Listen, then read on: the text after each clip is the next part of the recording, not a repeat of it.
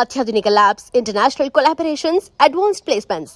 మీ dream career ని reach అవ్వడానికి మీ best choice Godavari global university. Namaste, welcome to I dream. నేను రేచల్. క్యాన్సర్ ఈ ప్రాబ్లం వినగానే భయమేస్తోంది. ఒక్కసారి క్యాన్సర్ వస్తే మళ్ళీ మళ్ళీ వస్తూనే ఉంటాయన్న అపోహలు లేకపోలేదు. అయితే భారతదేశంలో చాలామంది యంగ్స్టర్స్ కూడా క్యాన్సర్ బారిన పడుతున్నారు. మరి ఎందుకు ఈ సంఖ్య మరింత పెరుగుతోంది? క్యాన్సర్ని మనం ముందుగా గుర్తించలేమా? క్యాన్సర్ మన బాడీలోకి వచ్చేస్తే ఎలాంటి సిమ్టమ్స్ మన బాడీ ఇస్తుంది? ఈ లక్షణాలు ఏ విధంగా ఉంటాయి? ఒక్కసారి వస్తే దాన్ని మనం పర్మనెంట్గా క్యూర్ చేయలేమా? ఎలాంటి ట్రీట్మెంట్స్ అందుబాటులోకి వచ్చాయి? క్యాన్సర్కి సంబంధించి మరిన్ని డీటెయిల్స్ని తెలుసుకుందాము. ఇవాళ మనతో పాటు స్టూడియోలో ఉన్నారు senior robotic surgical oncologist doctor Harish NL గారు ఉన్నారు. వారు ఫైనాన్షియల్ డిస్ట్రిక్ట్ కాంటినెంటల్ హాస్పిటల్ నుంచి ఇవాళ ఐ డ్రీమ్ స్టూడియోలో సిద్ధంగా ఉన్నారు. వారితో మాట్లాడదాం. నమస్తే అండి. నమస్కారం రేచల్ గారు. ఎస్ డాక్టర్ గారు, చాలామందికి క్యాన్సర్ అనేది ఈ మధ్య కామన్ అయిపోయింది. ఒకప్పుడు క్యాన్సర్ ఎవరో ఒకరికి ఇద్దరికి అలా చూసేవాళ్ళము.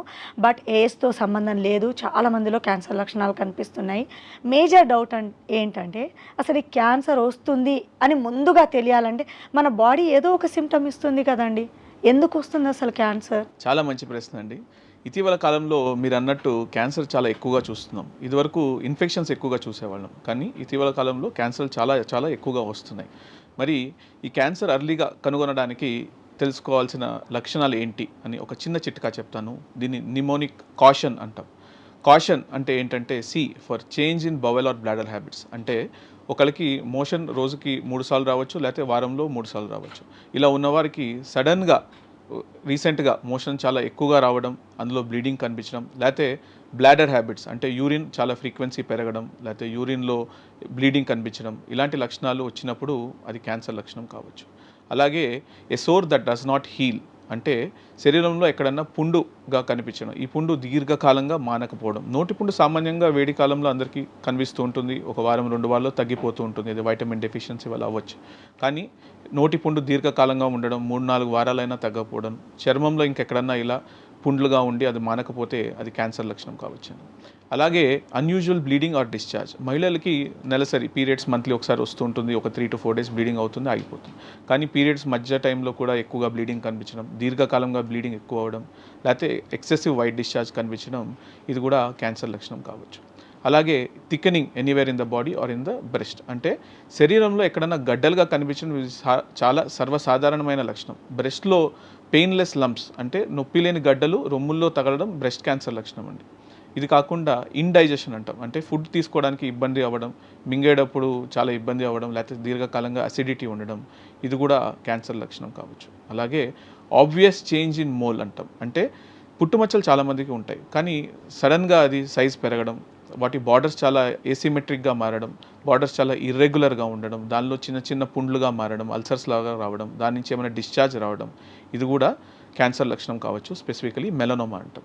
ఇది కాకుండా నాగింగ్ కాఫ్ అంటే దీర్ఘకాలంగా దగ్గు ఉండడం అండి. ఈ దగ్గు 4 వారాలైనా తగ్గకపోవడం, రొటీన్ మెడిసిన్స్ వేసుకున్నా తగ్గకపోతూ ఉంటే అది క్యాన్సర్ లక్షణం కావచ్చు. సో ఈ చిన్న కాషన్ నిమోనిక్ CAUTION వల్ల మనం క్యాన్సర్ లక్షణాలు గుర్తుపెట్టుకోవచ్చు.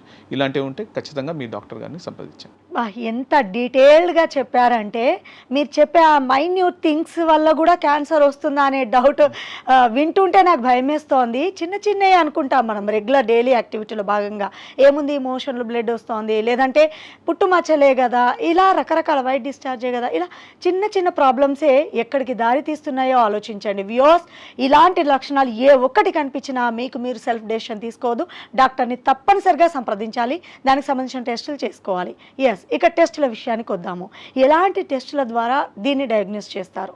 చాలా మంచి ప్రశ్న అండి. ఇందాక నేను చెప్పింది సిమ్టమ్స్ అయితే మనం టెస్ట్ చేయడం వల్ల, స్క్రీనింగ్ టెస్ట్ వల్ల క్యాన్సర్ని మనం చాలా అర్లీగా కనుగొనవచ్చు అన్నమాట. స్క్రీనింగ్ అంటే క్యాన్సర్ లక్షణాలు లేని వాళ్ళు చేసుకోవాల్సిన టెస్ట్ని మనం స్క్రీనింగ్ టెస్ట్ అంటామండి. అంటే ఎవరైనా చేసుకోవచ్చు, కరెక్ట్. ఏజ్ వారైనా. దీనికి రికమెండెడ్ ఏజ్ గ్రూప్స్ ఉన్నాయండి, నేను చెప్తాను. మహిళల్లో మనం కామన్గా చూస్తుంది రొమ్ము క్యాన్సర్ మన దేశంలో. సో 40 ఏళ్ళు దాటిన ప్రతి మహిళ సంవత్సరానికి ఒకసారి స్క్రీనింగ్ మ్యామోగ్రఫీ చేసుకోవాలి. మ్యామోగ్రఫీ అంటే బ్రెస్ట్కి చేసే ఎక్స్రేని మనం మ్యామోగ్రఫీ అంటాం అనమాట. దీనివల్ల బ్రెస్ట్ క్యాన్సర్ అర్లీగా కనుగొనవచ్చు. ఇది కాకుండా కొంచెం యంగ్ ఏజ్లో ఉన్న ఉమెన్ కూడా పీరియడ్స్ స్టార్ట్ అయిన తర్వాత ప్రతి మహిళ కూడా తన బ్రెస్ట్ని మంత్కి ఒక్కసారి పీరియడ్ అయిపోయిన తర్వాత ఒక 3 days కానీ 4 days తర్వాత మిర్రర్ ముందర నుంచొని ఎంటైర్ బ్రెస్ట్ టిష్యూని ఒక సిస్టమేటిక్గా ఎగ్జామినేషన్ చేస్తే ఏమైనా చిన్న చిన్న లంప్స్ కణితులు ఏమైనా బ్రెస్ట్లో ఉన్నా అర్లీగా దాన్ని మనం కనుగొనవచ్చు, అర్లీగా కన్సల్ట్ చేయవచ్చు. సో దీన్ని మనం రొటీన్గా సెల్ఫ్ బ్రెస్ట్ ఎగ్జామినేషన్ అంటాం. ఎప్పుడు చేయాలంటే మంత్కి ఒకసారి, పీరియడ్స్ అయిన తర్వాత ఒక ఫిక్స్డ్ డేట్. ఎందుకు ఇలా టైం చెప్తామంటే పీరియడ్స్ టైంలో బ్రెస్ట్ చాలా సోర్గా ఉంటాయి, ఆ టైంలో ఎగ్జామినేషన్ చేస్తే పెయిన్ఫుల్గా ఉంటుంది. సో పీరియడ్స్ అయిపోయిన తర్వాత 3 or 4 days తర్వాత చేసుకోవచ్చు. ఇది కాకుండా మ్యామోగ్రఫీ 40 ఏళ్ళు దాటిన తర్వాత సంవత్సరంకి ఒకసారి మ్యామోగ్రఫీ చేసుకోవాలి. కానీ ఈ సంవత్సరం గ్యాప్ మధ్యలో అర్లీగా ఏమైనా లంప్స్ వచ్చినా కూడా అర్లీగా మనం దాన్ని కన్సల్ట్ చేసి ఎవాల్యుయేషన్ చేయాలి. ఇది కాకుండా మనం చూసేది పేగు క్యాన్సర్ ఎక్కువగా చూస్తున్నాం, అంటే కోలోరెక్టల్ క్యాన్సర్స్ అంటాం. దీన్ని ఎలా కనుగొనవచ్చు అర్లీగా అంటే స్క్రీనింగ్ కొలోనోస్కోపీస్ అంటాం. ఇది 10 ఏళ్ళకి ఒకసారి 40 ఏళ్ళు దాటిన వాళ్ళు చేసుకోవచ్చండి. ఇది కాకుండా మనకి స్టూల్లో ఏమన్నా బ్లడ్ లాంటిది కంటికి కనిపించింది అకల్ట్ బ్లడ్ అంటాం. దీనికి స్టూల్లో బ్లడ్ టెస్ట్ ఉంటాయి అనమాట. దాన్ని either by immunochemistry or stool occult blood test అని టెస్ట్ ఉంటాయి. ఇవి సంవత్సరానికి ఒకసారి చేసుకోవచ్చండి. 5 yearsకి ఒకసారి సిగ్మాయిడోస్కోపీ లాంటి టెస్ట్ ఉంటాయి. వీటి వల్ల మనం పేగు క్యాన్సర్ కనుగొనవచ్చు. మహిళల్లో మరి ఇంకా కామన్గా చూస్తోంది సర్వైకల్ క్యాన్సర్, తెలుగులో మనం గర్భసంచి ముఖద్వారపు క్యాన్సర్ అంటాం. దీనికి మనం అర్లీగా డయాగ్నోసిస్ చేసుకోవడానికి ఏం చేయొచ్చు అంటే 21 ఏళ్ళు దాటిన ప్రతి మహిళ 3 ఏళ్లకు ఒక్కసారి ప్యాప్స్మియర్ అనే టెస్ట్ చేయాలండి. ఈ ప్యాప్స్మియర్లో ఏమన్నా ఇలాంటి అబ్నార్మల్ సెల్స్ ఉంటే అది మన క్యాన్సర్ డయాగ్నోసిస్కి హెల్ప్ అవుతుంది. ఇది కాకుండా అక్కడ వచ్చే ఇన్ఫెక్షన్ ఏంటంటే హెచ్పివి వైరస్ అనే ఇన్ఫెక్షన్ వస్తుంది. ఈ హెచ్పివి వైరస్ టెస్టింగ్ కూడా ఉంటుంది, హెచ్పివి DNA టెస్టింగ్ అని. అది 30 years దాటిన తర్వాత 5 yearsకి ఒకసారి అన్న చేసుకోవచ్చు. కో టెస్టింగ్ అని ఉంటుంది, HPV DNA testing with pap smear test కంబైన్గా చేసుకోవచ్చు. అలానే స్మోకింగ్ హిస్టరీ, దీర్ఘకాలంగా స్మోకింగ్ చేసిన వాళ్ళకి లో డోస్ సిటీ స్కాన్ అని ఉంటుంది. దీనివల్ల లంగ్ క్యాన్సర్ అర్లీగా డయాగ్నోస్ చేయొచ్చు. సో ఇవన్నీ ఏంటంటే క్యాన్సర్ లక్షణాలు లేని వాళ్ళకి అర్లీగా క్యాన్సర్ కనుగొనడానికి హెల్ప్ అయ్యే టెస్ట్ అండి. వీటిని స్క్రీనింగ్ టెస్ట్ అంటాం. వాటికి యాప్ట్ ఏజ్ గ్రూప్లో చేసుకుంటే అర్లీగా క్యాన్సర్ స్టేజ్ 1లో కనుగొనే మనకి ఛాన్స్ ఉంటుంది. అర్లీగా ట్రీట్మెంట్ చేసుకుంటే నయమయ్యే ఛాన్స్ చాలా ఎక్కువగా ఉంటుంది. డాక్టర్ గారు, మీరు అన్ని రకాల టెస్ట్ల గురించి చెప్పారు. బట్ బ్రెస్ట్ విషయానికి వస్తే ఇంతకుముందు మీరు చెప్పారు మన క్యాన్సర్లో పెయిన్ ఉండకపోవచ్చు, ఆ గడ్డ ఏదైతే చిన్న కణితిలాగా ఏర్పడుతుంది బ్రెస్ట్లో, పెయిన్ ఉండకపోయినా అది క్యాన్సర్కి దారి తీయొచ్చు అని చెప్పారు. అయితే మీరు చెక్ చేసుకోవచ్చు మనము ఆఫ్టర్ డేట్ తర్వాత మన సర్కిల్ ఏదైతే అవుతుందో దాని తర్వాత టెస్ట్ చేసుకోవాలన్నారు. ఇక్కడ నా మేజర్ డౌట్ ఏంటంటే ఇప్పుడు అది పెయిన్ ఉండదు, ఎవరైనా ఆ టెస్ట్ చేసుకున్నప్పుడు ఎట్లా గుర్తించడం? అది ఇప్పుడు పెళ్ళి కానీ అమ్మాయిలు ఉంటారు, ఆఫ్టర్ మ్యారేజ్ తర్వాత పిల్లల్ని కన్న తర్వాత ఆటోమేటిక్గా బ్రెస్ట్ క్యాన్సర్స్ రావు అనేది కూడా వినిపిస్తోంది. ఎట్లా గుర్తించాలంటే ఏం చేయాలి?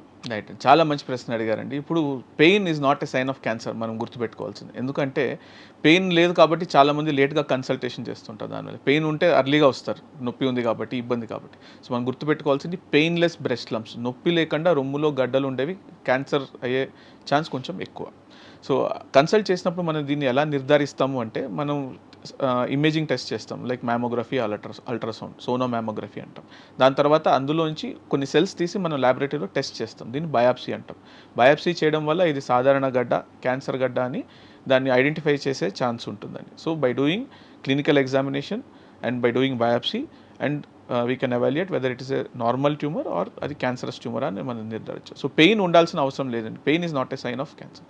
ఇంకా ఇతర లక్షణాలు ఏంటి రొమ్ము క్యాన్సర్లో మనం తెలుసుకోవాల్సింది ఏంటంటే నారింజ తొక్కలాగా బ్రెస్ట్ మీద స్కిన్ మారడం, చిన్న చిన్న డింపుల్స్ లాగా ఉండడం, నిప్పుల నుంచి డిశ్చార్జ్ రావడం, చాలా టైమ్స్ బ్లడీ డిశ్చార్జ్ అని చెప్తాం, ఒక సైడే ఉండడం, అది టూ సైడ్స్ కొంచెం వాటరీగా డిశ్చార్జ్ కొన్నిసార్లు ఉండొచ్చు, కానీ యూనిలాటరల్ ఒక సైడే ఉండడం, బ్లడీ డిశ్చార్జ్ రావడం, నిప్పుల్ లోపలికి వెళ్ళిపోవడం, నిప్పుల్ రిట్రాక్షన్ అంటాం, అంటే మొనలు అంటాం తెలుగులో. నిప్పుల్ రిట్రాక్షన్ కూడా క్యాన్సర్ లక్షణం అండి. రీసెంట్గా అలా నోటీస్ చేస్తూ ఉన్న ఇలాంటి చేంజెస్, బ్రెస్ట్ స్కిన్ మీద ఏమైనా చిన్న చిన్న పుండ్లుగా మారడం, ఇవి కూడా ఉంటే అది క్యాన్సర్ లక్షణం, బ్రెస్ట్ క్యాన్సర్ లక్షణం కావచ్చు. సో ఇలాంటి లక్షణాలు ఉంటే మనం అర్లీగా కన్సల్ట్ చేయాలి. ఇవి కాకుండా యాక్సిలా, చంకల్లో చిన్న చిన్న పిల్లగడ్డల్లా కనిపించడం, స్వెల్లింగ్స్ కనిపించడం, ఇది ఎలా ఎందుకు ఉంటుందంటే లింఫ్ నోట్స్ అని ఉంటాయి మన చంకల్లో, ఈ లింఫ్ నోట్స్ వాపు రావడం వల్ల కూడా అది క్యాన్సర్ లక్షణం కావచ్చు. ఇలాంటి లక్షణాలు ఉంటే ఖచ్చితంగా మనం అర్లీగా క్యాన్సర్కి ఎవాల్యుయేట్ చేయాలండి. చాలా వ్యాలిడ్ ఇన్ఫర్మేషన్ చెప్పారు డాక్టర్ గారు. చిన్న చిన్న విషయాలే అని పట్టించుకోము అమ్మాయిలము, అండ్ సిగ్గుపడతారు కూడా. పెళ్ళి కానీ అమ్మాయిలు డాక్టర్ దగ్గరికి వెళ్ళాలి అంటే వాళ్ళకి ఈ ప్రోగ్రామ్ చాలా హెల్ప్ఫుల్ అవుతుంది అనడంలో ఏమాత్రం డౌట్ లేదు. And last and final question, ఒక్కసారి క్యాన్సర్ వస్తే దీన్ని మనం పర్మనెంట్గా క్యూర్ చేయలేము, అది ఏదైనా కావచ్చు, బ్రెస్ట్ క్యాన్సర్ కావచ్చు, మీరు ఇప్పుడు రకరకాల క్యాన్సర్ చెప్పారు, సో లివర్ క్యాన్సర్ కావచ్చు, ఏదైనా కావచ్చు అండి. ఒక్కసారి మన బాడీలో క్యాన్సర్ వస్తే దాన్ని మనం పర్మనెంట్గా క్యూర్ చేసే టెక్నాలజీ నవేడేస్ అవైలబుల్గా ఉందా లేదా? రైట్ అండి. సో దీనికి నేను ఆన్సర్ చెప్తానండి. ఇప్పుడు ఏ క్యాన్సర్ కన్నా ట్రీట్మెంట్ స్టేజ్ మీద డిపెండ్ అవుతుంది. ప్రతి క్యాన్సర్లో మోస్ట్ కామన్లీ 4 స్టేజ్లు ఉంటాయి. 1, 2, 3, 4. 1, 2, 3 అంటే చాలాసార్లు క్యాన్సర్ నయమయ్యే స్టేజెస్ అండి. ఎస్పెషలీ ఫస్ట్ స్టేజ్లో ఉన్నప్పుడు 90-95% నయమయ్యే ఛాన్స్ ఉంటుంది. అర్లీ స్టేజ్ అంటే క్యాన్సర్ ఆ అవయవంలో మాత్రమే ఉంది, ఆ అవయవాన్ని దాటి బయటికి రాలేదు. అది చాలాసార్లు ఫస్ట్ స్టేజ్ ఉంటుంది. సెకండ్ అండ్ థర్డ్ ఏంటంటే నియర్ బై ఆర్గన్స్ అయితే నియర్ బై కొంచెం spread, lymph nodes especially spread ఉన్నప్పుడు సెకండ్ ఆర్ థర్డ్ స్టేజ్ అంటూ ఉంటాం.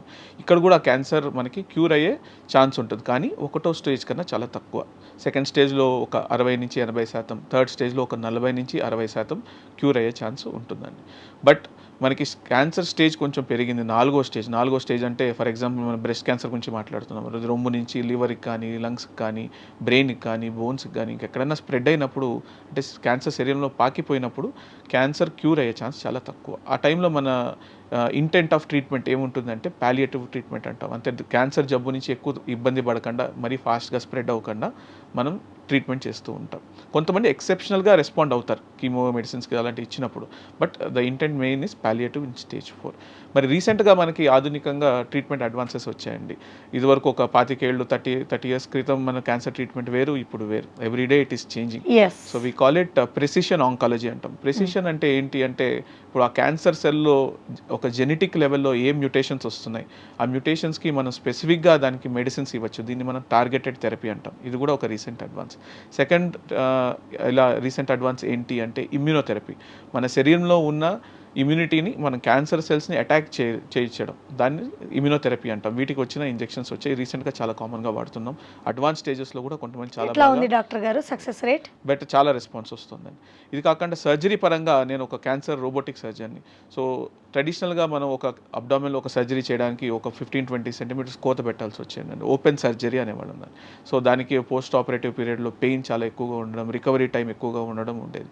ఆధునిక రీసెంట్ అడ్వాన్స్ ఏంటి అంటే, రోబోటిక్ సర్జరీలో చాలా చిన్న కట్స్, ఒక 5 mm నుంచి 8 mm, 1 సెంటీమీటర్ కన్నా తక్కువ ఇన్సిషన్స్తో మనం సేమ్ సర్జరీ, సేమ్ రాడికాలిటీ, లోపల చేసే ఆపరేషన్ ఏమాత్రం క్వాలిటీ తగ్గదు.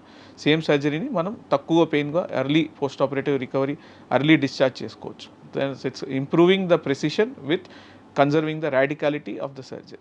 అంటే 4th స్టేజ్ లో ఉన్నా కూడా చేయొచ్చా డాక్టర్ గారు? 4th స్టేజ్ లో మీకు ఆల్రెడీ నేను చెప్పాను, మనం we're thinking about palliation, symptom control, preventing the spread of disease or preventing it from progression. 4th stage లో we don't think much about cure.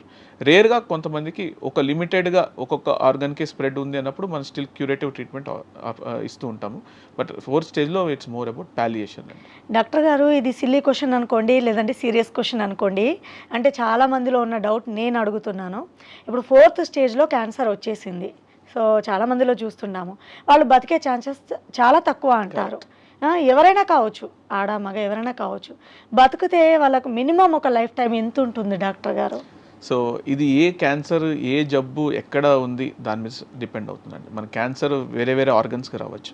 కొన్ని క్యాన్సర్లు 4th స్టేజ్లో ఉన్న చాలా ఇండోలెంట్గా ఉంటాయి. ఇండోలెంట్ అంటే దానివల్ల ఎక్కువ ఇబ్బంది పెట్టదు. ఎగ్జాంపుల్ ప్రాస్టేట్ క్యాన్సర్ చూస్తూ ఉంటాం, చాలాసార్లు బోన్స్కి స్ప్రెడ్ అవుతూ ఉంటుంది, కానీ అది 4th స్టేజ్ అయినా టెక్నికలీ వాళ్ళకి లైఫ్ స్పాన్ కొంచెం బెటర్గానే ఉంటుంది. అంటే 1 year, 2 years? Depends on each individual patient. కానీ ఎంతైనా 5-10 years అయితే బతకలేరు కదా doctor? That's very long. So usually it's generally many times it's about months. So ఎవరికన్నా 4th స్టేజ్లో ఉన్నారు, ఎస్పెషల్లీ ట్రీట్మెంట్ తీసుకోలేకపోతున్నారు, లేకపోతే ట్రీట్మెంట్కి అసలు వాళ్ళు అర్హులు కాదు, they are not eligible because చాలా వీక్గా ఉన్నారు, బాడీ ట్రీట్మెంట్కి అసలు సహకరించారు, ఇలాంటి వాళ్ళలో ఆ క్యాన్సర్ అనేది చాలా అగ్రెసివ్గా స్ప్రెడ్ అయ్యి ఎర్లీగా లైఫ్ థ్రెటనింగ్ ఉంటుందండి. So 4th stage is very dismal. So our intent మనకి క్యాన్సర్ అవేర్నెస్ టాక్స్ కానీ లక్షణాల గురించి మనం ఎందుకు చెప్తామంటే, let us catch cancer in early stages. Stage 1లో మనం కనుగొనితే చాలా chances of cure are very very high, more than 90%. Similarly stage 2 or 3 అయినా పర్లేదు. So early diagnosis is very important. Similarly screening, ఈ లక్షణాలు మనం తెలుసుకుంటే అర్లీగా కన్సల్ట్ చేస్తే we can catch hold of cancer very early. చాలా వ్యాలిడ్ ఇన్ఫర్మేషన్ ఇచ్చారు డాక్టర్ గారు. వ్యూవర్స్, దయచేసి సిమ్టమ్స్ తెలియగానే వెంటనే డాక్టర్ని సంప్రదించండి. స్టేజ్ 4కి వెళ్ళిపోయిన తర్వాత డాక్టర్లు కూడా ఏం చేయలేని పరిస్థితి వచ్చినప్పుడు ఎవరేం చేయలేము, ఆ పరిస్థితి కంటే ముందే మేల్కోవడం ఎంతో మంచిది కదా. ఈ ప్రోగ్రామ్ చాలా మందిని ఉద్దేశించి డిజైన్ చేయబడింది. దయచేసి ఈ ప్రోగ్రామ్ని చూడండి. మీకు ఎలాంటి డౌట్స్ నా కామెంట్స్ రూపంలో తెలియపరచండి. ఇంకేమైనా మిస్ అయితే నేను నెక్స్ట్ ప్రోగ్రాంలో అడుగుతాను. ఈ ఇన్ఫర్మేషన్ చాలా మందికి యూస్ఫుల్ అవ్వాలి. ఎంతోమంది డాక్టర్ దగ్గరికి వెళ్ళలేరు, కన్సల్ట్ కన్సల్టెన్సీ ఫీజు అని భయపడుతూ ఉంటారు, చెప్పుకోలేరు. అలాంటి వాళ్ళకి ఈ ప్రోగ్రామ్ హెల్ప్ఫుల్ అవుతుందని ఒక మంచి ఉద్దేశంతో చేశామండి. So thank you so much doctor, valuable information ఇచ్చారు క్యాన్సర్ గురించి. థ్యాంక్ యూ అండి. థ్యాంక్ యూ రేచల్ గారు, thank you iDream team, thank you very much. And for more videos, Please subscribe to iDream channel. Subscribe to iDream Media. Please subscribe to iDream. Please subscribe to iDream. Please subscribe iDream. And please subscribe to iDream. For more videos, subscribe to iDream. please like, share and subscribe to the channel. Congratulations, iDream. Subscribe to iDream. Subscribe to iDream. So subscribe to iDream Media. iDream की iDream team अंदर की huge congratulations. Please subscribe iDream Media. Please subscribe to iDream. Subscribe iDream. Please subscribe to iDream. iDream అంటే నా కళల channel subscribe చేసుకున్న నోరు తిరుగుతలేదు, మీరైతే గంట గుర్తు కొట్టండి. For more such videos, please subscribe to iDream. Subscribe to iDream. Please subscribe to iDream. Please subscribe iDream Media. Please do subscribe to iDream. Please subscribe to iDream Media. For best entertainment and information, please subscribe iDream. And don't forget to subscribe to iDream.